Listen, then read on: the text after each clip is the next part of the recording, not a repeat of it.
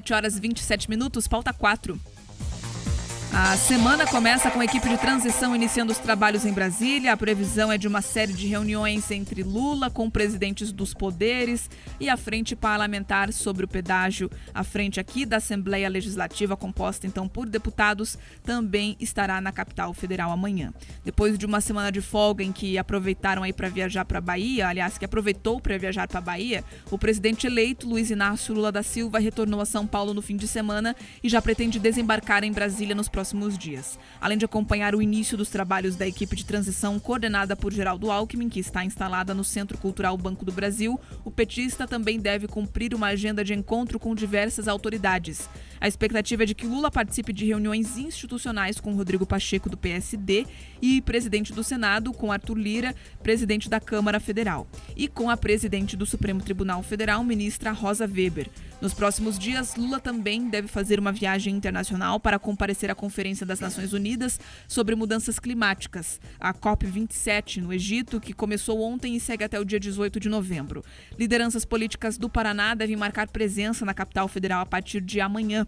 Está prevista uma reunião entre os membros da Frente Parlamentar sobre o Pedágio, da Assembleia Legislativa, com integrantes da equipe de transição do governo eleito. A expectativa do grupo paranaense é poder subsidiar o time comandado por Geraldo Alckmin sobre o plano de concessões das rodovias paranaenses, que está em curso no governo federal, e também propor possíveis mudanças no modelo apresentado. A gente vê pontos importantes a nível nacional, mas também o pedágio entrando nesse bolo de discussões, mesmo antes aí do próximo mandato, Pedroso. Olha só, o Alckmin foi governador de São Paulo e ele entende a importância de pedágios que prevejam grau de investimento.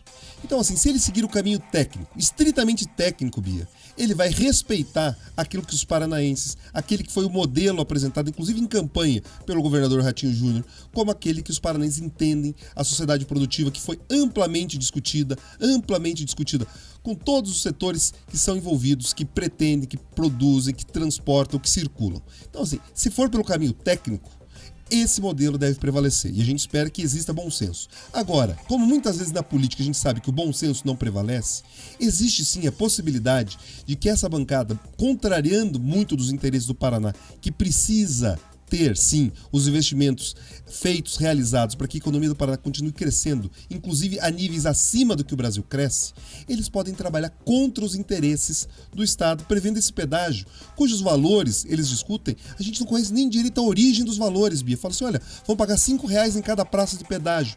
Mas ora bolas, cada trecho tem uma quilometragem diferente, tem características diferentes. Será que você vai cobrar o mesmo valor tendo isso tão diferente assim, tendo modelos que não se conversam? Então isso está errado. É importante sim ter um grau de discussão, quer rever alguns pontos, quer aperfeiçoar alguma coisa, mas não pode desrespeitar aquilo que foi decidido e amplamente construído com a população do Paraná.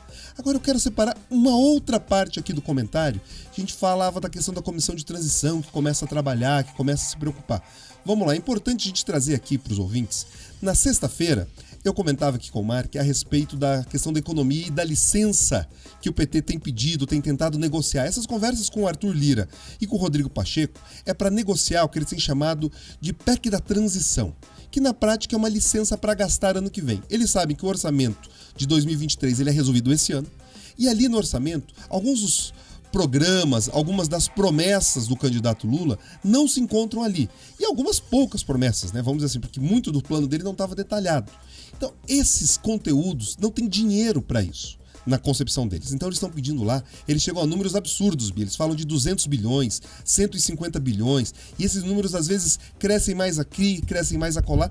Só que na prática, eu conversava com um parlamentar e ele me falava o seguinte, olha, a gente não sabe nem direito como que eles vão gastar esse número. Eles trazem esses dados, trazem as informações, mas o detalhamento não existe. Não existe nem quem é a pessoa que vai assumir o Ministério da Fazenda, o eventual possivelmente criado Ministério do Planejamento. Então assim, não tem, palavra daquele parlamentar, não tem como você passar um cheque em branco de novo para alguém sem você não sabe nem como vai ser conduzidas as coisas. O que tem sido discutido tanto por uma questão econômica, mas também por uma questão política, seria talvez uma licença para gastar menor. menor. Ali perto dos 70, 80 bilhões, que garantiria o Auxílio Brasil, que eles pretendem voltar com o nome de Bolsa Família, permitiria uma correção do salário mínimo, porque eles dizem que é uma proposta de consenso, já era apresentada pelo Bolsonaro na campanha, pelo Lula, então eles entendem que isso andaria melhor. E para todas as outras coisas, dependeria que o governo mostrasse, de fato, para aquilo que eles querem gastar.